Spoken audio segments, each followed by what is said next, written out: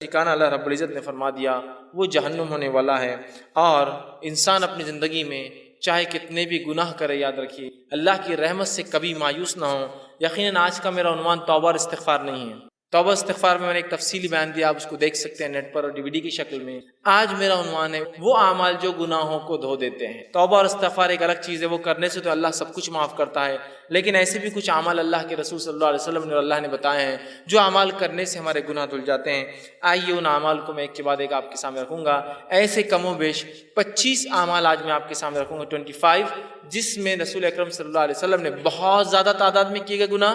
معاف کرنے کی بات کی، کچھ لمیٹڈ گناہ معافی کی بات ہوئی، اور کچھ گنتی کے گناہ معافی کی بات ہوئی کہ 100 گناہ یا اس طرح سے۔ تو میں آج آپ کے سامنے رکھوں گا، اور آخر میں 26واں ایک عمل ایسا رکھوں گا جو عمل ویسے ساری انسانیت کے لیے ہے، وہ مسلمانوں کے لیے نہیں، یاد رکھے، لیکن باقی مسلمانوں سے ہٹ کر دوسرے انسانوں کے لیے اگر وہ لوگ وہ عمل کریں گے تو ان کے بھی اگلے پچھلے سارے گناہ معاف ہو جائیں گے۔ وہ 26واں اور آخری عمل ہوں گا جو مسلمانوں کے لیے نہیں ہوں گا، غیر مسلم بھائیوں کے لیے ہوں گا ہمارے، تاکہ وہ بھی اگر کرتے ہیں تو ان کے گناہ بھی معاف ہو جاتے ہیں۔ بہرحال تو میں آپ کے سامنے آج 25 اعمال ایسے رکھوں گا جن اعمال کے کرنے پر گناہ کے معافی کی خوشخبریاں دی گئی ہیں، لیکن گناہ کے معافی کی خوشخبریاں اس شخص کے لیے ہرگز نہیں ہیں جو اب اعمال کو سن کے یہ سوچے کہ اب تو گناہ کرنے کا لائسنس مل گیا، اس لیے کہ اب گناہ معاف ہونے کا طریقہ معلوم ہو گیا۔ اگر میں آپ کو ایک اریزر دوں، ربر دوں، بچے ہوتے ہیں نا جب پینسل سے لکھتے ہیں تو ان کو اریزر ربر دیا جاتا ہے، اگر میں آپ کو اریزر دوں، ربر دوں کہ اس کو مٹا لیا جائے، ایک آدمی جو اکاؤنٹس کرتا ہے سمجھ لیجیے، اور وہ پین سے لکھ رہا ہے، پینسل سے لکھتا ہے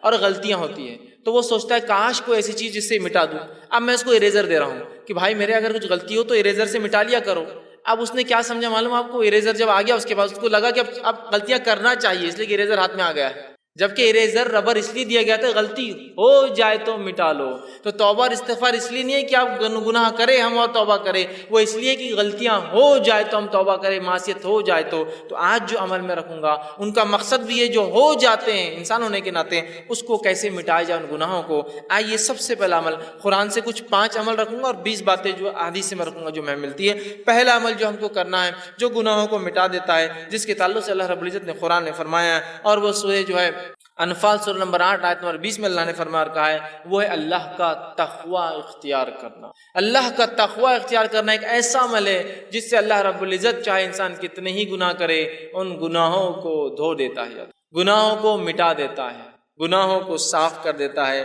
اللہ رب العزت فرماتا ہے سورہ انفال سورہ نمبر 8 آیت نمبر 20 کے اندر کہتا ہے،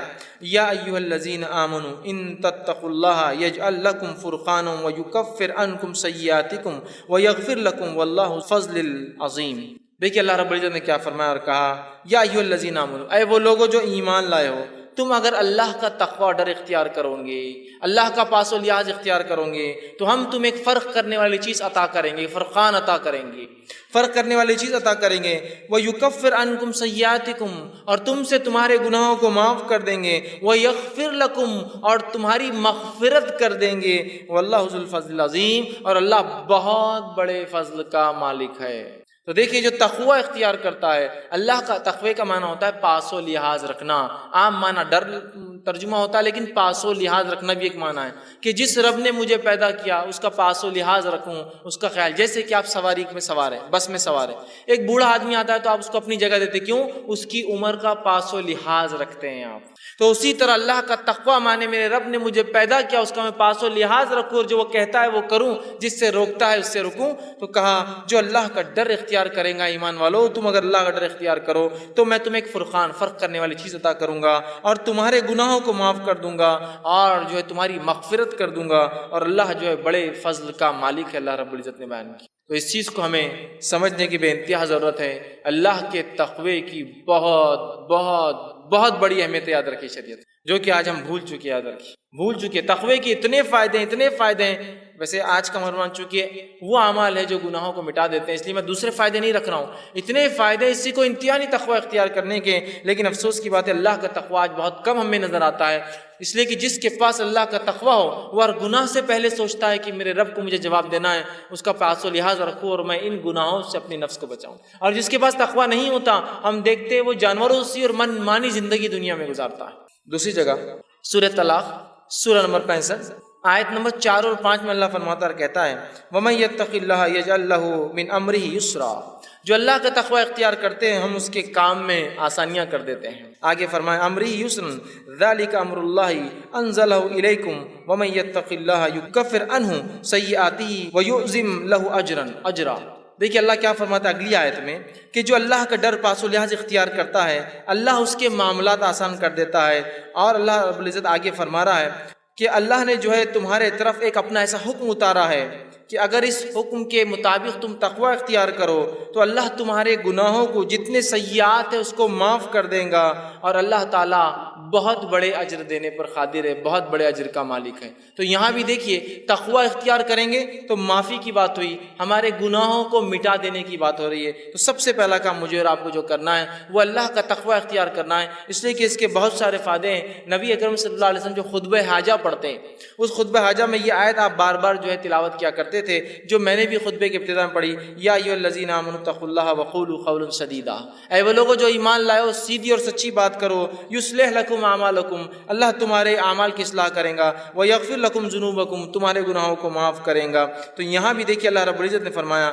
کہ یا ایھا الذین آمنوا اتقوا اللہ، اے وہ لوگ جو ایمان اللہ کا تقوی اختیار کرو، اگر تقوی اختیار کرو گے تو تمہارے اعمال کی اصلاح کریں گا، وَيَغْفِرْ لَكُمْ ذُنُوبَكُمْ، تمہارے گناہوں کو بھی معاف کر دیں گا۔ تو یہ بے انتہا ہمارے لیے ضروری ہے کہ ہم اللہ کا تقوی اختیار کریں اگر ہم چاہتے ہیں کہ اللہ ہمارے گناہوں کو معاف کرے۔ دوسرا عمل ہمیں جو کرنا ہے جو قرآن سے ملتا ہے، جس کی اختیار کرنے سے انشاءاللہ ہمارے گناہ دھل جائیں گے، معاف ہو جائیں گے، مٹا دیے جائیں گے، اللہ انہیں بخش دیں گا، اپنی رحمت سے انہیں ختم کر دیں گا، وہ عمل ہے اطاعت رسول صلی اللہ علیہ وسلم۔ نبی اکرم صلی اللہ علیہ وسلم کی اطاعت سارے زندگی کے ہر شعبے میں، پیدائش سے لے کر موت تک، لمیٹڈ ایڈیشن نہیں۔ ہمارے پاس سنت کی بات، اتباع سنت کی بات بہت مختصر ہوتی ہے، کبھی کبھار ہوتی ہے نا، بہت مختصر۔ کب جب جھگڑا ہو جائے تو چل رہا حدیث میں کیا آتا ہے چلو دیکھیں گے، عام اس میں نہیں، جب تک جھگڑا نہیں چلنے تو جو چل رہا ہے معاملہ ہے نا۔ یہ بڑی اہم چیز ہے زندگی کے ہر شعبے میں کہ ہماری پیدائش کتاب و سنت کے مطابق، ہمارے جو ہے موت کتاب و سنت کے مطابق، ہمارے نکاح کتاب و سنت کے مطابق، ہمارے معاملات کتاب و سنت کے مطابق، ہمارا لین دین کتاب و سنت کے مطابق، ہمارے اخلاق کتاب و سنت کے مطابق، ہمارا اٹھنا، سب چیزیں نبی اکرم صلی اللہ علیہ وسلم کے مطابق ہو۔ یہ نہیں کہ بس زندگی کے مخصوص شعبہ میں تو اختیار کر لیے، باقی میں وہی معاملہ چل رہا ہے۔ اطاعت رسول صلی اللہ علیہ وسلم کا نتیجہ یہ ہے، سورہ آل عمران سورہ نمبر 3 آیت نمبر 31 میں اللہ نے فرمایا، جو خطبے میں نے آیت تلاوت کی، قل ان کنتم تحبون اللہ فاتبعونی یحببکم اللہ ویغفر لکم ذنوبکم واللہ غفور الرحیم۔ اے نبی کہہ دیجئے، قل ان کنتم تحبون اللہ، اگر تم اس کا دعویٰ کرتے ہو کہ تم اللہ سے محبت کرتے ہو، فاتبعونی، تو تمہیں اے نبی کہہ دیجئے لوگوں سے، اگر تم دعویٰ کرتے ہو اللہ کی جو ہے محبت کا تو میری اتباع کے سوا کوئی چارہ نہیں ہے۔ نبی کو کہا جا رہا ہے کہو وَيَغْفِرْ لَكُمْ ذُنُوبَكُمْ، اور جو نبی کی اتباع کریں گا اللہ اس کے گناہوں کو معاف کر دیں گا، واللہ غفور الرحیم، اللہ بہت زیادہ بخشنے والا اور رحم کرنے والا ہے۔ تو یہاں دیکھیے بات واضح ہو رہی ہے، اور ایسی کئی آیتیں، سینکڑوں آیتیں قرآن میں کہ نبی کی اتباع کرنے والے کے گناہ معاف ہو جاتے ہیں، اور نبی کی موجودگی میں تیز آواز سے بات کرنا بھی اعمال کو برباد کرنے کے لیے اور جہنم میں جانے کے لیے کافی ہوتا ہے۔ دونوں ہی باتیں یاد رکھیں، نبی کی اتباع گناہوں کو معاف کر دیتی ہے، اور نبی کی نافرمانی اس حد تک کہ نبی کے موجودگی میں تیز آواز سے بات کرنا بھی انسان کے جو ہے گناہوں کو معاف کر دے، جو ہے انسان کے جو ہے نیکیوں کو اگر نبی کی موجودگی میں تیز آواز سے بات بھی کرے تو اس کی نیکیاں برباد ہو جاتی ہے، یاد رکھیے، اس کے نام عمل خالی ہو سکتا ہے۔ سورہ جو ہے حجرات اٹھا کر آپ دیکھیے، ابتدائی آیت اسی پر ہے، نبی کی موجودگی میں تیز آواز بھی نہیں کرنا ہے، یاد رکھیے، یہ بات بڑی اہم ہے۔ اور نبی کے ادب میں ایک چیز یہ بھی یاد رکھیے، نبی کے ادب میں یہ چیز شامل ہے کہ نبی کا نام لے کر نہ پکارا جائے۔ اللہ رب العزت نے اپنی کتاب میں رسول اکرم صلی اللہ علیہ وسلم کو صرف 4 بار نام سے پکارا ہے۔ ایک بار تذکرہ تو عیسیٰ علیہ السلام کے واقعے میں ہو کہ عیسیٰ علیہ السلام نے بشارت دی کہ میرے بعد ایک نبی آئیں گے جس کا نام احمد ہوگا، واقعے کو چونکہ اس میں تذکرہ ہے، 4 بار نام لیا، صرف 4 آیتیں ہیں صرف۔ اس کے بعد جو اللہ رب العزت نے یا ایھا الرسول، یا ایھا النبی، یا مدثر، یا مزمل، ہے نا، نام لیا، ادب ہے۔ ان لوگوں کو غور سے سننا چاہیے جو دھڑلے سے چلا کر یا محمد یا محمد کتنی بار بول رہے ہیں، یہ ادب ہے نبی کا، اور پتہ نہیں گا رہے ہیں اس کو، اور پتہ نہیں گانے میں 1000 بار وہ نام آ رہا ہے۔ نبی اکرم صلی اللہ علیہ وسلم کا نام آنے پر آپ پر درود بھیجنا ہم پر واجب ہے۔ تو اللہ عزت کر رہا ہے اپنے نبی کی، اور اللہ نے نام بہت مختص 4 ہی بار لیا صرف اپنے نبی کا۔ یہ ادب ہے نبی کا، یاد رکھیں۔ صحابہ بھی اللہ کے رسول صلی اللہ علیہ وسلم کو نام سے نہیں پکارتے تھے، یہ بات سن۔ تو اطاعت رسول اتنی اہم چیز ہے کہ اطاعت کرو گے جنت میں جاؤ گے، گناہ معاف ہوں گے۔ اطاعت نہیں کرو گے، صرف نبی کی موجودگی میں تیز آواز بھی کرو گے، تو اپنے نام عمل کو جو ہے خالی پاؤں گے روز قیامت نیکیوں سے۔ تو نبی کی اطاعت، فرما برداری، یہ بڑی اہم چیز ہے۔ صحیح بخاری کی روایت ہے، نبی اکرم صلی اللہ علیہ وسلم فرمایا کہا کل امتی یدخلون الجنت الا من ابا، میرے سارے کے سارے امتی جنت میں جائیں گے سوائے ان کے جو انکار کر دے۔ سوال ہوا، پوچھا گیا قیل من ابا یا رسول اللہ، اے اللہ کے رسول صلی اللہ علیہ وسلم کون انکار کریں گا جنت میں جانے سے؟ فرمایا قالا من اطانی دخل الجنہ، جس نے میری اطاعت کی وہ جنت میں جائیں گا، ومن عصانی فقط ابا، جس نے میری نافرمانی کی اس نے خود جنت سے انکار کر دیا دنیا کے اندر۔ بڑی اہم باتیں یاد رکھیے۔ تو ہم اطاعت رسول کو اپنے اوپر لازم جان لیں اور ہر زندگی کے شعبے میں یاد رکھیں۔ تیسرا وہ کام جس کے کرنے سے انشاءاللہ اللہ ہمارے گناہوں کو معاف کرے گا، ہم کو پاک کر دے گا، صاف کر دے گا، وہ ہے کبیرہ گناہوں سے اپنی نفس کو بچانا۔ قرآن میں اللہ رب العزت فرماتا ہے سورہ نساء سورہ نمبر 4 آیت نمبر 31 میں، اور کہا ان تجتنبوا کبائر ما تنہون عنہ نکفر عنکم سیئاتکم وندخلکم مدخلا کریما، کہ اللہ فرماتا ان تجتنبوا کبائر، کہ اگر تم کبیرہ گناہوں سے اگر بچتے رہو جس سے تمہیں روکا گیا ہے، نکفر عنکم سیئاتکم، تو ان کبیرہ گناہوں سے بچنے کی بنیاد پہ ہم تمہارے گناہوں کو دوسرے معاف کر دیں گے۔ پتہ چلا کہ کبیرہ گناہوں سے بچنا ضروری ہے اگر صغیرہ گناہوں کو ہم معاف کروانا چاہتے ہیں تو، اس لیے کہ کبیرہ گناہ کے لیے تو توبہ لازم ہے، بچنا بھی ضروری ہے تاکہ صغیرہ گناہ معاف ہو۔ تو کہا اگر تم کبائر سے بچتے رہو تو ہم تمہارے صغائر چھوٹے گناہوں کو، دیگر گناہوں کو، دیگر معاملات کو انشاءاللہ معاف کر دیں گے۔ تو یہاں کہا کہ اگر تم بچتے رہو کبائر سے جس سے روکا گیا تو ہم معاف کر دیں گے، تم سے ہٹا دیں گے سیئاتکم تمہارے گناہوں کو، فرمایا وندخلکم مدخلا کریما، اور عزت کی جگہ مطلب جنت میں تمہیں ہم داخل کر دیں گے۔ تو ہمیں اگر اللہ سے ہم چاہتے ہیں کہ ہمارا صغیرہ گناہ معاف ہو تو کبیرہ گناہوں سے ہمیں اپنے آپ کو بچانا ہے۔ صحیح مسلم کی روایت ہے، ابو ہریرہ رضی اللہ عنہ حدیث کے راوی فرماتے ہیں، غور سے سنیے، آپ نے فرمایا 5 نمازیں جمعہ سے لے کر جمعہ تک اور رمضان سے لے کر رمضان تک، مطلب ایک نماز سے دوسری نماز، ایک جمعہ سے دوسرا جمعہ، ایک رمضان سے دوسرے رمضان تک، آپ فرما رہے ہیں رمضان المبارک تک اپنے درمیانی گناہ جو وقفے میں ہوتے ہیں ان کو معاف کروا دیتے ہیں۔ ایک نماز سے دوسری نماز کی جو گناہ ہوتا ہے وہ معاف کروا دیتی ہے۔ ایک جمعہ سے دوسرا جمعہ آدمی جب تک پڑھتا ہے تو وہ جمعہ سے جمعہ تک ایک آنے والا جمعہ پچھلے گناہوں کو معاف کر دیتا ہے، اور ایک رمضان سے اگلے رمضان آنے تک جب انسان اس میں اچھے عمل کرتا ہے تو اللہ اس کے گناہوں کو سال بھر کے مطلب ڈیلی، ویکلی اور ایئرلی گناہ کیسے معاف ہوتے بتایا جا رہا، نماز سے نماز، جمعہ سے جمعہ، رمضان سے رمضان۔ تو آپ نے فرمایا گناہ معاف ہو جاتے ہیں، مطلب یہ معاف کروا دیتے ہیں۔ معاف کرنے والے نہیں، گناہوں کو دور کرنے والے اعمال ہیں، بس شرط ہے کہ اب یہ تینوں کب ورک کریں گے، کنڈیشن اپلائیڈ۔ نماز سے نماز کب گناہوں کو معاف کروائیں گی، جمعہ سے جمعہ کب گناہوں کو معاف کروائیں گا، رمضان سے رمضان کب گناہ معاف ہوں گے؟ آپ نے فرمایا بس شرط ہے کہ، کنڈیشن اپلائیڈ ہے کہ کبیرہ گناہوں سے بچتا رہے۔ ہوں گے بچنا ضروری، نہیں ہوں گے تو پھر انسان کہاں بچیں گے؟ بچنا ضروری ہے۔ میں کبیرہ گناہوں سے اپنی نفس کو بچاتا رہتا ہوں تو لہٰذا میرے صغیرہ بھی معاف ہو جائے۔ تو ایک نماز سے دوسری نماز، ایک جمعہ سے دوسرا جمعہ، ایک رمضان سے دوسرا رمضان، تب معافی ہوں گی جب ہم کبیرہ گناہوں سے بچتے رہیں۔ ورنہ بہت سارے لوگ ہوتے ہیں، یہ ہم لوگ ان باتوں کو سن لے جو حدیث میں آ رہی ہے، ارے بہت اچھی باتیں ہیں، اور کبیرہ گناہ سے نہ بچے تو پھر یہ باتیں معافی نہیں دلوانے والی، اس لیے کہ کبیرہ گناہ جو ہے بغیر توبہ کے معاف نہیں ہوتے ہیں۔ اسی طرح چوتھا عمل جو قرآن میں آتا ہے کہ جو انسان اگر اختیار کرے تو اس کے گناہ پچھلے معاف ہو سکتے ہیں، جو خطا کاریاں، جو اس نے جو ہے برے کام، جو سیاہ اعمال وہ کر چکا ہے جس سے اس کی زندگی میں دھبے لگے ہیں، اور وہ اگر آخرت میں چلا جائے اس کا رب معاف نہ کرے تو وہ جہنم میں جائیں گا، وہ ہے سچائی کو اختیار کرنا، صدق کو اختیار کرنا، سچ کو اختیار کرنا۔ اس لیے کہ اللہ رب العزت نے سچ اختیار کرنے کے فائدے جو بتائے اس میں سے ایک فائدہ یہ ہے کہ گناہ کو معاف کر دیتا ہے۔ اللہ رب العزت قرآن میں یوں فرماتا ہے، اور سورہ جو زمر کی آیت ہے، سورہ نمبر جو 39 اور اس آیت نمبر 34 اور 35 میں اللہ نے کہا فرمایا والذی جاء بالصدق وصدق به اولئک هم المتقون، کہ اللہ نے فرمایا کہا اور جو لوگ سچے دین لائے اور جو سچائی کو جانے اس پر عمل کرے یہی لوگ نیکوکار ہے، پارسا ہے، صاف ستھرے لوگ ہیں۔ لہم ما یشاء من لہم ما یشاؤون عند ربہم ذالک جزاء المحسنین، اور ان کے رب کے پاس وہ جو چاہیں گے ان کو وہ دیا جائے گا، یہ محسنین کے لیے نیک کرنے والوں کا بدلہ ہے۔ لیکفر اللہ عنہم اسوأ الذی عملوا، اور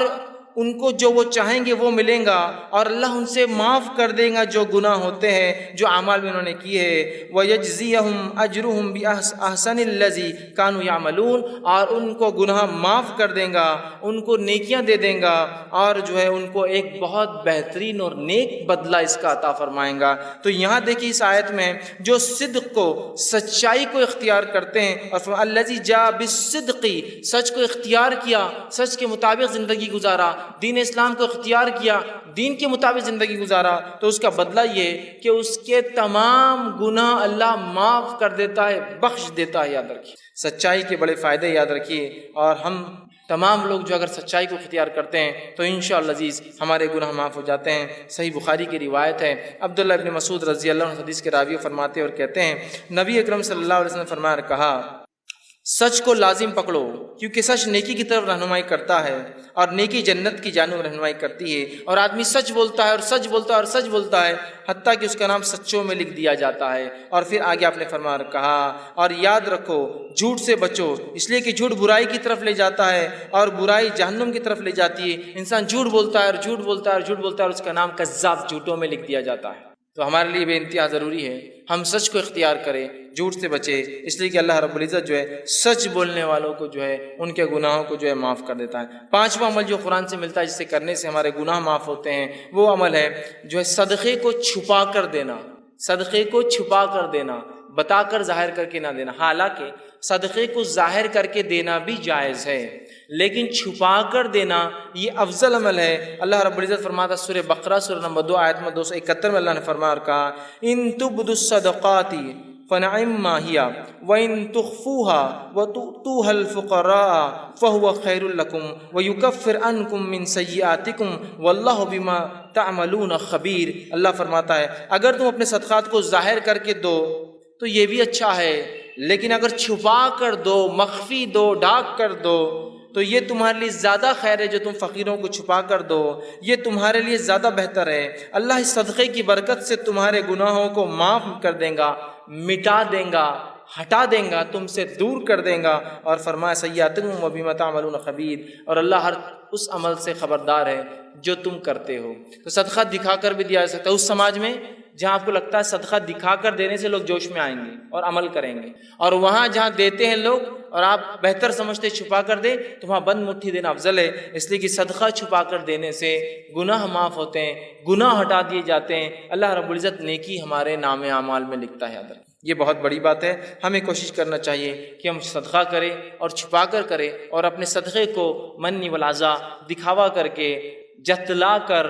بار بار یاد دلا کر کہ ہم نے تمہیں صدقہ دیا تھا، ہم برباد نہ کریں۔ آئیے چھٹا عمل جو ہم کو ملتا ہے قرآن سے، جس کے کرنے سے ہمارے گناہ معاف ہو سکتے ہیں، اللہ مٹا دیں گا، وہ ہے اللہ سے جو ہے ڈرنا،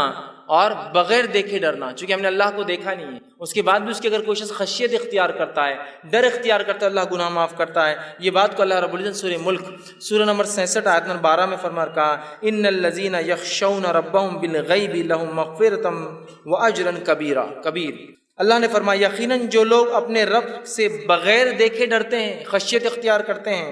ان کے لیے اپنے رب کی طرف سے گناہوں کی معافی، مغفرت ہے، اور بہت بڑا اجر آخرت میں ایسے لوگوں کے لیے رکھا جائے گا جو بغیر دیکھے اپنے رب سے ڈر کر گناہوں کو نہیں کرتے ہیں، نیکیوں کو کرتے ہیں، سبقت لیتے ہیں۔ سمجھ رہے ہیں آپ بات کو؟ کتنی اہم بات اس حدیث میں بتا جو ہے قرآن کی آیت میں بتائی جا رہی ہے کہ ہم جو ہے اللہ کو بغیر دیکھے کا خشیت اختیار کریں، کہ اللہ تو ہمیں دیکھ رہا ہے، ہم تو نہیں دیکھ سکتے، اللہ دیکھ رہا ہے، اور نیکیاں کریں تو انشاءاللہ ہمارے گناہ اللہ رب العزت جو ہے معاف کر دیتا ہے، اور جہنم سے ہماری جو ہے نجات کر دیں گا۔ اسی طرح ساتواں وہ عمل جس کے کرنے سے گناہ معاف ہوتے ہیں اور نیکیوں میں انسان کا اضافہ ہوتا ہے، وہ ساتواں عمل یہ ہے کہ انسان جو ہے وضو کرنے کے بعد 2 رکعت نماز پڑھے۔ بڑا اہم عمل ہے، بہت چھوٹا سا عمل بھی، اور اتنی فضیلت ہے اس کی۔ صحیح بخاری کی روایت ہے، آپ صلی اللہ علیہ وسلم نے فرمایا اور کہا، حدیث کے الفاظ دیکھیے ایسے ہیں کہ آپ صلی اللہ علیہ وسلم کے تعلق سے عثمان رضی اللہ عنہ فرماتے ہیں، اور ان کے غلام اس حدیث کو روایت کرتے ہیں جن کا نام حمران تھا، وہ کہتے ہیں کہ عثمان ابن عفان رضی اللہ عنہ نے ایک مرتبہ وضو کا پانی منگوایا، میں نے وضو کا پانی لایا، آپ نے وضو کو اچھی طرح کیا، پہلے اپنے ہاتھوں کو 3 بار دھویا، پھر جو ہے کلی کی اور ناک میں پانی 3 بار لیا، پھر چہرے کو 3 بار دھویا، پھر سیدھے ہاتھ کو کونیوں تک اچھے سے 3 بار دھویا، پھر الٹے ہاتھ کو کونیوں تک 3 بار اچھے سے دھویا، پھر سر کا مسح کیا، کانوں کا خلال کیا، اور اس کے بعد اپنے دونوں پیر، سیدھے پیر الٹے پیر کو ٹخنے تک دھوئے، اور اس کے بعد فرمایا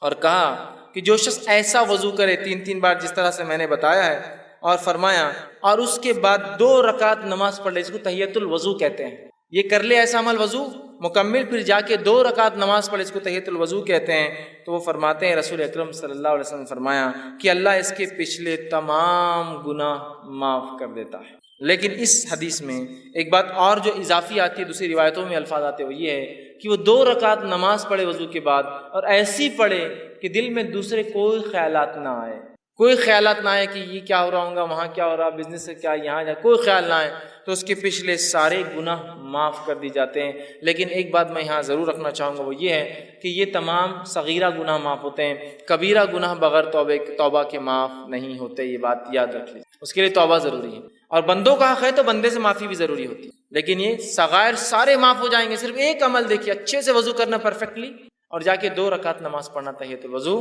گناہ سارے اس کے معاف ہو جائیں گے۔ اسی طرح جو ہے صحیح بخاری کی روایت ہے،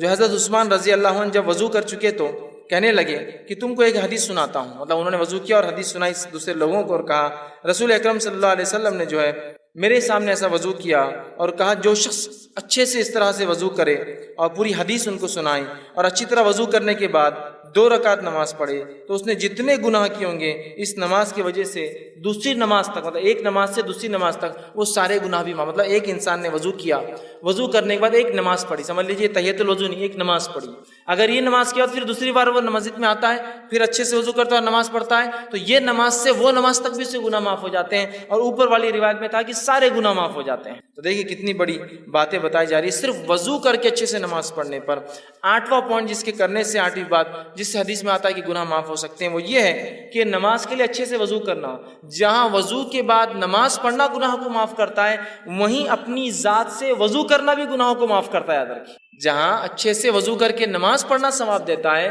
وہیں صرف اچھے سے وضو کرنا بھی انسان کے گناہ معاف کر دیتا ہے۔ اس سے ایک بات جو پتہ چل رہی ہے، اور بھی حدیثیں بھی آگے آ رہی ہے جو پتہ چلیں گی، وہ یہ ہے یہ تمام باتیں اس شخص کے لیے جو مسجد آتا ہے اور نماز پڑھتا ہے۔ نمازی جو نہیں ہے اس کے لیے سارے دروازے بند ہو جاتے، دیکھیے خود ہو، دیکھیے وضو کون کرے گا؟ جو نماز پڑھتا ہے۔ تحیۃ الوضو کون پڑھے گا؟ جو نماز پڑھتا ہے۔ تحیۃ المسجد کون پڑھے گا؟ جو نماز پڑھتا ہے۔ نفل اور مؤکدہ اور فرض کون پڑھے گا؟ جو نماز پڑھتا ہے نا؟ تو یہ ثواب سارے نمازیوں کے لیے۔ اب جو آدمی نماز نہ پڑھتا ہو تو اندازہ لگائے اس کے گناہ کتنے بڑھ رہے ہیں، اور صاف کرنے کا کوئی راستہ ہی نہیں اس کے پاس۔ تو مسجدوں سے اپنا رشتہ جوڑ لے، ہم یاد رکھیے، تاکہ جانے انجانے میں جو گناہ ہو رہے سب معاف ہوتے جائیں گے ایک کے بعد ایک۔ کہ تو ایک وضو کرا، اچھے سے 2 رکعت پڑھی، سارے گناہ معاف۔ ایک وضو کے بعد نماز پڑھی، اگلے وضو کے بعد نماز پڑھی تو بیچ کے گناہ معاف۔ ساری باتیں تو نمازیوں کے تعلق سے ہی آ رہی ہیں۔ آئیے، وضو خود کرنے سے بھی گناہ معاف ہو جاتے ہیں، اللہ رب العزت گناہوں کو معاف کرتا ہے۔ صحیح مسلم کی روایت ہے، رسول اکرم صلی اللہ علیہ وسلم کے تعلق سے ابو ہریرہ رضی اللہ عنہ فرماتے اور کہتے ہیں، کیا میں تمہاری رہنمائی نہ کروں ایسے کاموں پر جن کی وجہ سے اللہ تعالیٰ تمہارے گناہوں کو مٹا دے؟ اللہ کے رسول نے فرمایا، کیا تمہاری رہنمائی کروں، میں گائیڈنس کروں تمہارا ایسے اعمال کی طرف جن کے کرنے سے اللہ تمہارے گناہوں کو مٹا دے گا، اور ان کے درجات بھی بلند کریں گا، تمہارے مقامات بھی بلند کریں گا؟ اور لوگوں نے کہا، اللہ کے رسول صلی اللہ علیہ وسلم کیوں نہیں، آپ ذرا بتائیے۔ تو آپ صلی اللہ علیہ وسلم فرمایا اور کہا، وضو کا پورا کرنا جو ہے سختی اور تکلیف میں، وضو کو اچھے سے کرنا کمپلیٹ، سختی اور تکلیف سے مراد سردی کے دن ہے، پانی ٹھنڈا ہے، گرمی کے دن ہے، پانی گرم آ رہا ہے، اوپر ٹھنڈا گرم ہو چکا ہے دن بھر میں، ہے نا، ہوتا ہے نا۔ تو سردی اور گرمی میں، چونکہ ہم جس علاقے میں ہوتے ہیں ہم کو گرمی کا وضو نہیں معلوم، سردی کا وضو معلوم، صرف تکلیف دہ ہوتا ہے بہت۔ گرمی کا وضو بھی اگر آپ کو دیکھنا ہے تو آپ کبھی دیکھ سکتے ہیں۔ ایک مرتبہ میرا راجستھان کا سفر ہوا پروگرامز کے سلسلے میں، وہاں میں گیا، ایک مقام پہ اترا تو صاحب مجھ سے کہنے لگے، آپ کیا غسل لیں گے؟ تو میں نے کہا ہاں، بہت سفر میں تھکان ہو گئی، بڑا پسینہ، گرمی تھی۔ تو کہا بیٹے برف کی سیل ڈال دو وہ بکیٹ کے اندر جا کر۔ وہ پریشان ہوں گے، برف کی سیل بکیٹ میں کیوں ڈال دو؟ اور واقعی میں انہوں نے اچھا کیا تھا، برف کی سیل ڈالی تھی بکیٹ میں، ورنہ وہ پانی اتنا گرم تھا کہ آپ ہاتھ بھی نہیں لگا سکتے اس کو، چونکہ گرمی کی وجہ سے وہاں سردی میں جتنا ٹھنڈا ہوتا ہے، گرمی میں پانی اتنے 50 ڈگری 60 ڈگری تک چلا جاتا ہے گرم۔ آپ اسے نہ وضو کر سکتے ہیں نہ اسے نہا سکتے ہیں۔ تو یہاں آپ نے فرمایا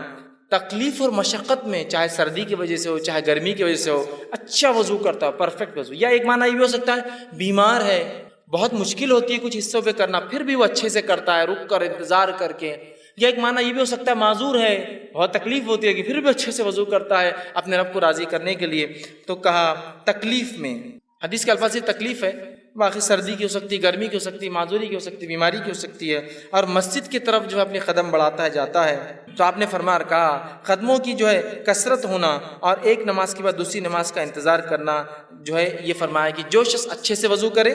اور مسجد کی طرف جائے، مطلب کثرت سے مسجد کی طرف جاتا ہے، اور ایک نماز سے دوسری نماز کا انتظار کرتا ہے، یہ تینوں لوگوں کے گناہ معاف کر دی جاتے ہیں. کون؟ پہلا انسان اچھے سے پرفیکٹ وضو کرنے والا، دوسرا کثرت سے پیدل مسجد جانے والا، اور تیسرا فرمایا ایک نماز کے بعد دوسری نماز کا انتظار کرنے والا. ان کے گناہوں کے تعلق سے فرمایا آپ نے یہ گناہ معاف کر دی جاتے ہیں. آپ نے صحابہ سے پوچھا کیا بتاؤں؟ صحابہ نے کہا بتائیے. آپ نے بتایا گناہ معاف کرنے والے اعمال. دیکھیے یہ باتیں بھی سب نمازیوں کے لیے، پھر یہ بڑی اہم بات ہے. ہم لوگ بس نماز سے جڑ جائیں، مسجدوں سے رشتہ جڑ جائے ہمارا، بس پھر انشاءاللہ عزیز بہت ساری مغفرتیں تو یہیں آتی رہیں گی، بہت سارے اعمال کی معافی ہوتے رہیں گی. اسی طرح جو ہے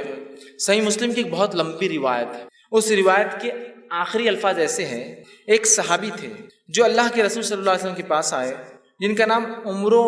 بن جو ہے ابسا تھا، اور یہ آ کر ایمان قبول کرتے ہیں. غیر مسلم تھے، ایمان قبول کا، اسلام قبول کرنے کے بعد اللہ کے رسول بہت ساری باتیں کی، بہت لمبی حدیث ہے. حدیث کے آخر میں ایک جملہ آتا ہے، انہوں نے پوچھا اور کہا میں نے عرض کیا اے اللہ کے رسول صلی اللہ علیہ وسلم مجھے وضو کے بارے میں کچھ بتائیے. نبی اکرم صلی اللہ علیہ وسلم نے فرمایا جب تم میں سے کوئی اللہ کا بندہ وضو کا پانی لے کر کلی کرتا ہے اور ناک میں ڈالتا ہے تو اس کے جتنے گناہ منہ سے اور ناک سے ہوئے سارے معاف کر دیے جاتے ہیں. تم میں سے کوئی شخص جب وضو کرتا ہے، کلی کرتا ہے، ناک صاف کرتا ہے، تو منہ سے ہونے والے اور ناک سے ہونے والے گناہ جو ہے اس کے نتنیوں سے ہونے والے گناہ سب جھڑ جاتے ہیں. پھر جب وہ منہ دھوتا ہے جیسے اللہ نے اسے حکم دیا ہے تو چہرے کے سارے گناہ اس کے دھل جاتے ہیں، ٹپک جاتے ہیں، جھڑ جاتے ہیں. پھر اپنے ہاتھوں کو جب کونیوں تک دھوتا ہے تو کونیوں تک دھونے سے جو پانی ٹپکتا ہے سارے گناہ ہاتھوں کے جھڑ جاتے ہیں. پھر اس کے بعد آپ نے فرمایا کونیوں تک دھوتا ہے تو گناہ اس کے ہاتھوں سے جو ہے انگلیوں کے پور کے راستے سے سارے گناہ جھڑ جاتے ہیں. پھر جب سر کا مسح کرتا ہے تو سر اور بالوں سے ہونے والے تمام گناہ جو پانی نترتا ہے اس سے ختم ہو جاتے ہیں. پھر جب پیر دھوتا ہے اور انگلیوں کا خلال کرتا ہے تو پیر سے ہونے والے تمام گناہ جو ہے اس میں ختم ہو جاتے ہیں. تو دیکھیے وضو کے بعد نمازی نہیں، خالی وضو کرنا بھی سارے گناہوں کو معاف کر دیتا ہے. تو ہم کوشش کریں اپنے وضو کو ہم پرفیکٹلی کریں. آئیے اس کے آگے بڑھتے ہیں. نواں وہ کام جسے کرنے سے ہمارے گناہ معاف ہو جاتے ہیں وہ ہے سورۃ الفاتحہ جب نماز میں پڑھی جاتی ہے تو اس کے بعد آمین کا کہنا. نبی اکرم صلی اللہ علیہ وسلم فرماتے، صحیح بخاری کی روایت آپ نے فرمایا، ابو ہریرہ رضی اللہ عنہ حدیث کے راوی آپ نے فرمایا اللہ کے رسول صلی اللہ علیہ وسلم فرمایا جب امام آمین کہے تو تم بھی آمین کہو، کیونکہ جس کی آمین فرشتوں کی آمین سے مل جاتی ہے اس کے اگلے گناہ بخش دیے جائیں گے. ابن شہاب جو راوی ہے روایت کرتے وہ کہتے ہیں کہ رسول اللہ صلی اللہ علیہ وسلم بھی آمین کہا کرتے تھے. دیکھیے حدیث کتنی واضح ہے. ابو ہریرہ رضی اللہ عنہ فرماتے ہیں اللہ کے رسول صلی اللہ علیہ وسلم نے فرمایا جب امام آمین کہے تو تم بھی آمین کہو. امام کو آمین کہنا چاہیے، اس لیے حدیث کہی امام آمین کہے تو تم بھی آمین کہو. حدیث بالکل واضح ہے، بخاری کی روایت. جب امام آمین کہے تو تم بھی آمین کہو. جب تمہاری آمین اور فرشتے بھی آسمان پہ آمین کہتے ہیں اس کے ساتھ اگر مل جائے تو تمہارے اگلے پورے گناہ معاف ہو جائیں گے، ہے نا. دوسری ایک حدیث میں آپ نے فرمایا کہا جو صحیح مسلم کی روایت ہے، ابو ہریرہ رضی اللہ عنہ اس کے راوی اور کہتے ہیں رسول اللہ صلی اللہ علیہ وسلم نے فرمایا جب کوئی تم میں سے آمین کہے تو فرشتے آسمان پر آمین کہتے ہیں، پس اگر بندے کی اور فرشتوں کی آمین مل جائے تو اس کے اگلے گناہ بخش دیے جاتے ہیں، گناہ معاف کر دیے جاتے ہیں. کتنی اہم بات ہے. اب ہم میں سے بہت سارے لوگ آمین بولتے ہی نہیں، تعصب کی بنیاد پر، لا علمی کی بنیاد پر، جہالت کی بنیاد پر. یہ تو بات بہرحال ہو سکتی ہے، بہت سے لوگ اختلاف کرتے ہیں آمین تیز بولا جائے ہلو بولا جائے، لیکن جو آیت جو حدیث ہے بخاری کی واضح ہے جب امام آمین کہے تو تم بھی آمین کہو. مطلب امام کو کہنا چاہیے. اسی طرح اللہ کے رسول فرمایا جب امام کہے تو تم بھی کہو. اور اللہ کے رسول خود کہتے تھے، اس لیے صحابہ نے سنا، پیچھے کہتے تھے تبھی تو سنا نا. اب کچھ لوگ کہتے نہیں وہ ہلو سے کہنا چاہیے. ٹھیک ہے اس بات کو بھی اگر میں مان لوں، for the sake of argument بولتے ہیں نا، بحث کے تک ٹھیک ہے بات مان لیں کہ ہلو کہنا چاہیے، لیکن ہلو ہو یا تیز ہو کہنا تو ہے نا. لیکن ہلو ہے اور تیز ہو کہنا تو ہے نا. اب دیکھیے ہمارے پاس کیا ہو رہا ہے، غیر المغضوب علیہم ولا الضالین آمین انا اعطیناک الکوثر فصلی. اب اس میں تیز اور ہلو آمین کہاں ہے؟ چلیے آپ کہہ رہے ہیں کہ نہیں ہلو کہنا، ٹھیک ہے ہلو بولیں گے، لیکن آپ نے تو رکا ہی نہ، ایسی گاڑی لے گئی کہ وہ اسپیڈ بریکر سے بھی سیدھا چلے گا۔ غیر المغضوب علیہم ولا الضالین، ٹھیک ہے آپ زور سے نہیں بولنا چاہتے، لیکن بولنا تو ہے نا، دل میں بھی رکنا تو پڑے گا نا۔ بھاگ گئے آپ دوسری صورت کی طرف۔ امام کو چاہیے کہ وہ امامت کے ادب سیکھے۔ نبی اکرم صلی اللہ علیہ وسلم کی واضح حدیث ہے، اتنی بڑی فضیلت کو آپ چھوڑ دیتے اتنے آسانی سے؟ جہاں فضائل ثابت نہیں وہاں تو من مانے فضائل گڑھے جا رہے ہیں کہ یہاں سے کچھ لوگ گئے تو اللہ نے پورے خبر والوں کی مغفرت کر دیا، تم کو کیسے پتا چلا؟ رسول اللہ صلی اللہ علیہ وسلم تو چلے گئے، وہی تو بند ہو گئی، آج کیسے پتا چلا کہ فلاں لوگ فلاں جگہ سے گزرے تو اللہ نے پورے مردوں کی والے مغفرت کر دی؟ تو ہاں آپ کو کیسے پتا چلا؟ تو جو فضائل نہیں آپ بیان کرتے رہو، جو موجود ہے کہ تم آمین کہو جب امام آمین کہے، اس لیے کہ اگر تمہاری آمین فرشتوں کے آمین سے ملتی ہے تو تمہارے گناہ معاف ہوں گے۔ یہ بات کچھ ذرا سمجھ میں نہیں آتی ہے، کسی کو ڈسٹرب ہو جاتی ہے نماز اس کی، اور انہیں بولا نماز ڈسٹرب ہو جاتی ہے آمین کہنے سے۔ میرے بھائی، اللہ کے رسول صلی اللہ علیہ وسلم کا فرمان ہے، میری اور آپ کی بات نہیں ہے نا، میری اور آپ کی بات نہیں ہے، یہ رسول اکرم صلی اللہ علیہ وسلم فرمان ہے، اور کئی روایتیں ہیں۔ چلیے آپ بولتے ہیں ہلو بولنا چاہیے، لیکن ٹائم تو دیجیے ہلو بولنے کے لیے، ولا الضالین کے بعد، تو تاکہ وہ کہے آمین، دل میں کہنے کو بھی تو ٹائم لگتا ہے نا۔ ان آتے شروع ہوگا آپ دوسرا ہی سیدھا۔ تو بہرحال ایک بہت عمل پھر اہم ہم چھوڑ دے رہے، اس کا مطلب 10واں وہ عمل جس کے کہنے سے گناہ معاف ہو جاتے وہ عمل ہے، جب امام کہے سمیع اللہ لمن حمدہ تو پھر مقتدی کہے ربنا ولک الحمد کہنا چاہیے۔ اس کی بڑی فضیلت صحیح بخاری کی روایت آپ نے فرمایا کہ جب امام کہتا سمیع اللہ لمن حمدہ تو جو ہے آپ نے فرمایا کہے تو تم مطلب مقتدی جو پیچھے پڑھتے ہیں اللہم ربنا لک الحمد یہ کہو، تو اگر یہ کہنا فرشتوں کے کہنے سے مل جاتا ہے، مطلب فرشتے بھی یہ کہتے ہیں آسمان مل جاتا ہے، تو آپ نے فرمایا تمہارے اگلے سارے گناہ معاف ہو جاتے ہیں۔ آمین پہ کہا پچھلے سارے گناہ معاف ہوتے ہیں، اس پہ کہا اگلے سارے گناہ معاف ہو جاتے ہیں۔ مطلب آپ نے سورہ فاتحہ پڑھی، آمین کا گناہ اگلے معاف ہو گئے، اس کے بعد سمیع اللہ لمن حمدہ ربنا لک الحمد پڑھا، پچھلے گناہ معاف کرا لیا۔ کتنی اہم فضیلت ہے نا۔ تو ہمیں سمیع اللہ لمن حمدہ کے بعد ربنا لک الحمد بھی کہنا چاہیے، یاد رکھیں، ٹھیک ہے؟ اس کی بھی بڑی فضیلت ہے، اور اس کے لیے اتنی بات بتائی گئی کہ پچھلے گناہ معاف ہو جاتے ہیں۔ اسی طرح 11ویں بات جو بتائی گئی جس کے کرنے سے عمل کرنے سے گناہ معاف ہوتے وہ یہ ہے کامل توجہ کے ساتھ جمعے کا ادا کرنا، پورے خشوع اور خضوع کے ساتھ جمعہ پڑھنا، جمعے کی نماز پڑھنا۔ مطلب یہ ہفتے واری گناہ کیسے معاف ہو وہ آئی بات ہے، وہ روز کے گناہ تھے، مطلب نماز سے نماز تھے، اب ویکلی گناہ کیسے معاف ہو سکتے ہمارے جمعے سے جمعہ؟ آپ نے فرمایا کہا، بخاری کی روایت ہے، سلمان فارسی رضی اللہ عنہ حدیث کے راوی ہے، وہ کہتے ہیں کہ اللہ کے رسول صلی اللہ علیہ وسلم فرمایا کہا، جو آدمی جمعے کے دن غسل کرتا ہے اور اتنا پرفیکٹ جہاں تک ہاتھ جاتا ہے اپنے آپ کو اچھے سے صاف کرتا ہے، اچھے سے دھوتا ہے، پھر فرمایا صفائی کرتا ہے جہاں تک بھی ہاتھ جاتا ہے، پھر اپنے تیل میں سے تیل لگاتا ہے، مطلب اپنے بالوں میں تیل لگاتا ہے، پھر اپنے گھر والوں کی خوشبو میں سے خوشبو لگاتا ہے، مطلب اگر میسر نہ ہو خود کی نہ ہو تو گھر والوں کی خوشبو بھی لگا سکتا ہے، لے کر خوشبو لگاتا ہے، عطر لگاتا ہے، پھر کہتے ہیں پھر نکلے اور مسجد میں آئے اور اگلی صفوں میں بیٹھے، آگے بیٹھے جا کر، اس کے بعد جو ہے 2 آدمیوں کو الگ نہ کرے، مطلب پیٹ انگال کے نہ جائے، 2 آدمیوں کو الگ نہ کرے، اگلی صف میں جا کے بیٹھے، اور اس کے بعد جتنی نماز اس کے مقدر میں ہوتی نماز کو ادا کرے، مطلب جتنی ہو سکتی نفل پڑھے، سنت و نوافل کا اہتمام کرے۔ جب امام خطبہ دیتا ہے تو خاموش رہ کر غور سے اس کے خطبے کو سنے کہ وہ کیا کہہ رہا ہے، اور اس کے بعد جمعہ ادا کرے، تو ایسے انسان کے ایک جمعہ سے لے کر دوسرے جمعہ تک تمام گناہ معاف ہو جاتے ہیں۔ جمعہ پڑھنا ہے خشوع اور خضوع کے ساتھ، ویکلی گناہ معاف کروا لینا ہے، اچھے سے نہایا جہاں جا کر ہاتھ جا سکتا ہے، تیل لگایا، خوشبو، دیکھیے کوئی بھی ایسی چیز نہیں جو آپ بولیں ارے بہت مشکل کام دکھ رہا ہے اس میں سے، کچھ بھی نہیں، پھر تیل لگایا، خوشبو لگائی، مسجد گئے، اگلی صفوں میں بیٹھے، لوگوں کو انگالا نہیں، مطلب خالی جگہوں میں سے گئے، اس کے بعد 2 لوگوں کو الگ نہیں کیا، نزدیک بیٹھے، خود خطیب کو غور سے دیکھا، سنا، جمعہ پڑھی، تو ایک جمعہ سے دوسرے جمعہ اس کے سارے گناہ معاف ہو جائے۔ کتنی بڑی بات بتائی جا رہی ہے۔ اسی طرح جو 12واں عمل جو ہے جس سے گناہ معاف ہوتے ہیں وہ یہ ہے کہ جو ہے نماز گناہوں کو مٹانے والی چیز۔ نماز خود بذات سا وضو کر کے نماز پڑھنا ہے، وضو کرنا گناہ مٹاتا ہے، نماز بھی گناہوں کو مٹاتی ہے۔ صحیح مسلم کی روایت ہے، نبی اکرم صلی اللہ علیہ وسلم عبداللہ بن مسعود رضی اللہ عنہ اس حدیث کے راوی وہ کہتے ہیں اور فرماتے ہیں، ایک آدمی رسول اللہ صلی اللہ علیہ وسلم کے پاس آیا اور عرض کیا، اے اللہ کے رسول صلی اللہ علیہ وسلم، میں نے ایک عورت کے ساتھ زنا چھوڑ کر باقی سب عمل کیا ہے، صرف زنا نہیں کیا۔ حدیث کے الفاظ دیکھیے، اس نے کہا، یا رسول اللہ صلی اللہ علیہ وسلم، ایک عورت سے میں نے مزہ اٹھایا مدینہ کے کنارے، اور میں نے سوائے جماع کے اس کے ساتھ سب کچھ کیا، زنا چھوڑ کر باقی سب کچھ، آپ میرے بارے میں حکم لگا دیجئے، سزا دے دیجئے، کیا میری سزا ہوتی ہے گناہ کی؟ ٹھیک، اللہ کے رسول جو ہے صلی اللہ علیہ وسلم کے ساتھ حضرت عمر کھڑے تھے، کہا، حضرت عمر نے کہا، جس گناہ کو تم نے چھپ کر کیا تھا کاہے کو آ کر بتایا لوگوں کے سامنے، توبہ کر لیتے اپنے رب سے خاموشی میں، زنا کی تو سزا ہے،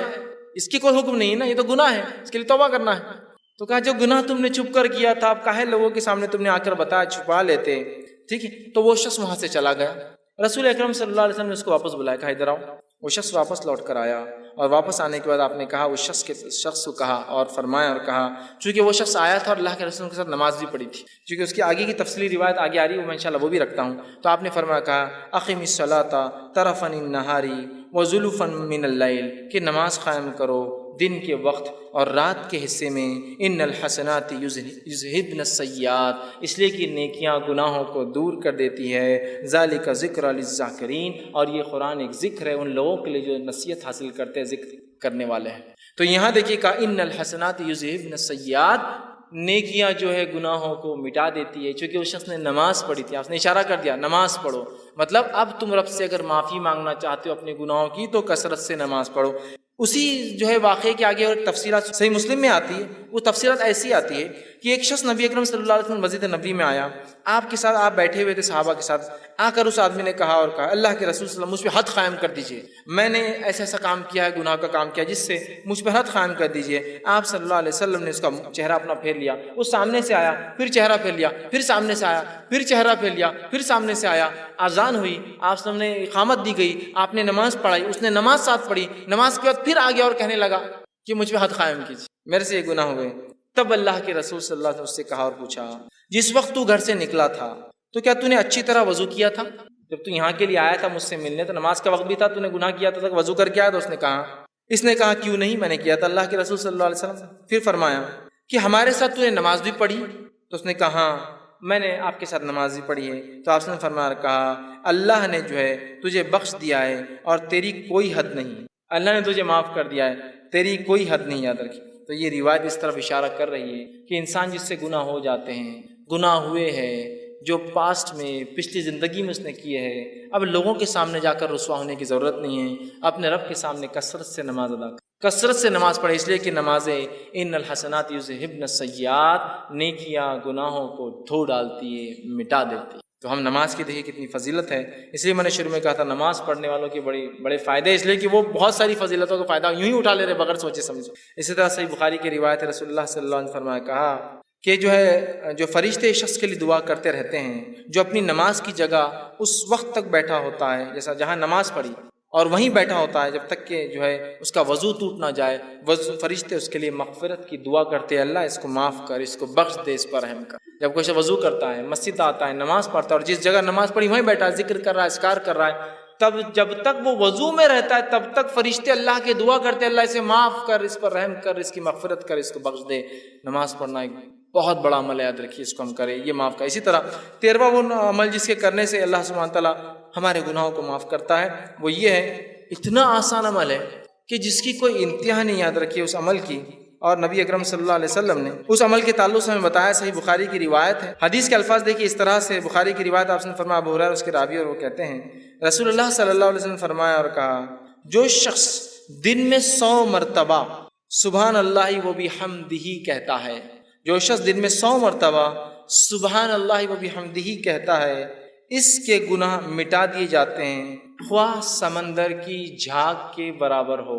صرف 100 مرتبہ کیا پڑھتا ہے؟ سبحان اللہ و بحمدہ۔ اپنے رب کی پاکی جو شخص 100 مرتبہ دن میں سے بیان کرتا ہے، اس کے تمام گناہ معاف کر دی جاتے ہیں، حتیٰ کہ اگر وہ گناہ سمندر کی جھاگ کے برابر بھی ہو۔ یہ تمام باتیں صغائر کے تعلق سے، صغیرہ گناہوں کے کتنے بھی ہو، سبحان اللہ و بحمدہ 100 مرتبہ پڑھے، گناہ معاف۔ صحیح بخاری کی دوسری روایت اس میں ابو ہریرہ رضی اللہ عنہ فرماتے، اللہ کے رسول صلی اللہ علیہ وسلم نے فرمایا اور کہا، اور آپ نے فرمایا 2 کلمے ایسے ہیں جو رحمان کو بڑے پیارے ہیں، زبان پر بہت ہلکے ہیں اور میزان میں بہت بھاری پڑیں گے، سبحان اللہ و بحمدہ و سبحان اللہ العظیم۔ ٹھیک، تو یہاں پہلی روایت میں کہا سبحان اللہ و بحمدہ، جو شخص 100 مرتبہ پڑھتا ہے، اگر اس کی برائیاں گناہ سمندر کے جھاگ کے برابر بھی ہو تو یہ اس کو مٹا دیتا ہے۔ تو ہم کوشش کریں کثرت سے اس ذکر کو کریں۔ 100 مرتبہ میں سمجھتا ہوں بہت آسان ہے، ہر نماز کے بعد 20 باندھ لے تو 100 ہو جاتے 5 نمازوں کے، بہرحال کوئی چاہے تو ایک ساتھ بھی پڑھ سکتا۔ اسی طرح جو ہے 14واں وہ عمل 14 جو ہے وہ عمل جسے کرنے سے گناہ مٹ جاتے ہیں، اس عمل کے تعلق سے آپ نے فرمایا، اور وہ عمل ہے جسے 100 گناہ معاف ہو جاتے ہیں، 100 سنس معاف ہو جاتے ہیں۔ وہ کیا ہے؟ ابو ہریرہ رضی اللہ عنہ فرماتے، صحیح بخاری کی روایت، آپ نے فرمایا اور کہا، جو شخص لا الہ الا اللہ وحدہ لا شریک لہ لہ الملک ولہ الحمد وہو علی کل شیء قدیر ایک دن میں 100 بار کہتا ہے، لا الہ الا اللہ وحدہ لا شریک لہ لہ الملک و لہ الحمد وہو علی کل شیء قدیر، عام زبان میں اس کو چوتھا کلمہ بولتے ہیں۔ جو شخص اس کو 100 مرتبہ پڑھتا ہے تو آپ نے فرمایا اس کا ثواب کیا ہے؟ 10 گردن آزاد کرنے کا ثواب، 10 غلاموں کا آزاد کرنے کا ثواب، 100 نیکیاں لکھی جاتی، 100 اس کے بارے میں جو ہے جس کو کہیں گے گڈ ڈیڈز لکھے جاتے ہیں، نیکیاں لکھی جاتی ہیں۔ پھر فرمایا اس کی 100 نیکیاں لکھی جاتی ہے اور 100 برائیاں اس کی مٹا دی جاتی ہے، اور شیطان کے وسوسوں سے، شکنجے سے، اس کے جو ہے بہکانے سے، پھسلانے سے وہ شخص جو ہے شام تک محفوظ رہتا ہے۔ جب سے پڑھا صبح سے لے کر شام تک محفوظ رہتا ہے۔ دیکھیے کتنا آسان کلمہ ہے۔ اس کلمے کو جو 100 مرتبہ، 10 غلام آزاد کرنے کا ثواب، 100 نیکیاں لکھ دی جاتی ہے، 100 برائیاں مٹ جاتی ہے، اور اس صبح سے لے کر شام تک شیطانی پورے حملوں سے وہ اپنے نفس کو محفوظ کر لیتا ہے۔ تو ہم کوشش کریں کثرت سے جو ہے اس کلمے کو پڑھیں، بہت آسان ہے ادر۔ اسی طرح 15واں عمل جس کے پڑھنے سے جو ہے گناہ معاف ہوتے جو حدیث میں آتا ہے وہ یہ ہے نماز کے بعد تسبیحات کا کہنا۔ نماز کے تسبیحات کا کہنا صحیح مسلم کی روایت ہے، آپ صلی اللہ علیہ وسلم نے فرمایا اور کہا جو شخص ہر نماز کے 33 مرتبہ سبحان اللہ، 33 مرتبہ الحمدللہ اور 33 مرتبہ اللہ اکبر کہتا ہے، جو کہ 99 ہوتے ہیں، اور پھر 100 کہتا ہے، مطلب 100ویں بار کہتا ہے لا الہ الا اللہ وحدہ لا شریک لہ لہ الملک و لہ الحمد وہو علی کل شیء قدیر، وہ پچھلا کلمہ جو تھا، تو آپ نے فرمایا کہ اس کی جو ہے ساری خطائیں معاف کر دی جائیں گی، اگرچہ سمندر کے جھاگ کے برابر کیوں نہ ہو، پورے اس کے گناہ معاف کر دیے جاتے ہیں، چاہے سمندر کے جھاگ کے برابر کیوں نہ ہو۔ کتنا آسان ہے نا، 33 مرتبہ سبحان اللہ، 33 مرتبہ الحمدللہ، 33 مرتبہ اللہ اکبر، آخر میں کہنا ہے لا الہ الا اللہ وحدہ لا شریک لہ لہ الملک و لہ الحمد وہو علی کل شیء قدیر۔ اور رسول اکرم صلی اللہ علیہ وسلم ہر نماز کے بعد یہ کیا کرتے تھے، آپ کا یہ معمول تھا، یاد رکھیے، عادت شریفہ تھی کہ ہر نماز کے بعد یہ ذکر و اذکار اور بھی ہے، لیکن اس میں یہ بھی شامل آپ ہمیشہ کیا کرتے تھے۔ ہم بھی کوشش کریں کہ ہر نماز کے بعد معمول بنا لیں کہ ہم ان تسبیحات کو جو ہے پڑھیں۔ 16واں وہ عمل جس سے کرنے سے گناہ معاف ہونے کی جو بشارت دی گئی بات بتائی کہ وہ یہ نیک لوگوں کی مجلس میں بیٹھنا، اللہ کا ذکر جہاں ہو رہا ہے اس مجلس میں بیٹھنا، یہ ہے اس کا ثواب یہ کہ اس سے بھی پچھلے گناہ معاف کر دیے جاتے ہیں، انسان کی مغفرت کر دی جاتی ہے۔ صحیح مسلم کی روایت ہے، بہت لمبی حدیث، ابو ہریرہ رضی اللہ عنہ حدیث کے راوی ہے، اس حدیث کے اندر ہے کہ فرشتے جو ایسی مجلسوں کو ڈھونڈتے رہتے ہیں جہاں اللہ کا ذکر ہوتا ہے، جب وہ ایسی مجلسوں کو پا لیتے تو ایک دوسرے کو اشارہ کرتے ہیں کہ ویسی مجلس مل گئی جہاں اللہ کا ذکر ہو رہا ہے، اور پھر سارے فرشتے آ جاتے ہیں اور وہ فرشتے جمتے جاتے ہیں، حتیٰ کہ جو ہے بہت اوپر تک جو آسمان تک جو فرشتے جو قطار در قطار جو جم جاتے ہیں، اور جو ہے اس کے بارے میں پھر جو ہے اللہ رب العزت ان سے پوچھتا ہے، حالانکہ اللہ کو پتہ ہوتا ہے کیا ہے، تو اللہ پوچھتا ہے کہ میرے بندوں کو کیسے پایا، وہ کیا کر رہے تھے، تو کہا اللہ وہ جو ہے تجھ سے جنت کا سوال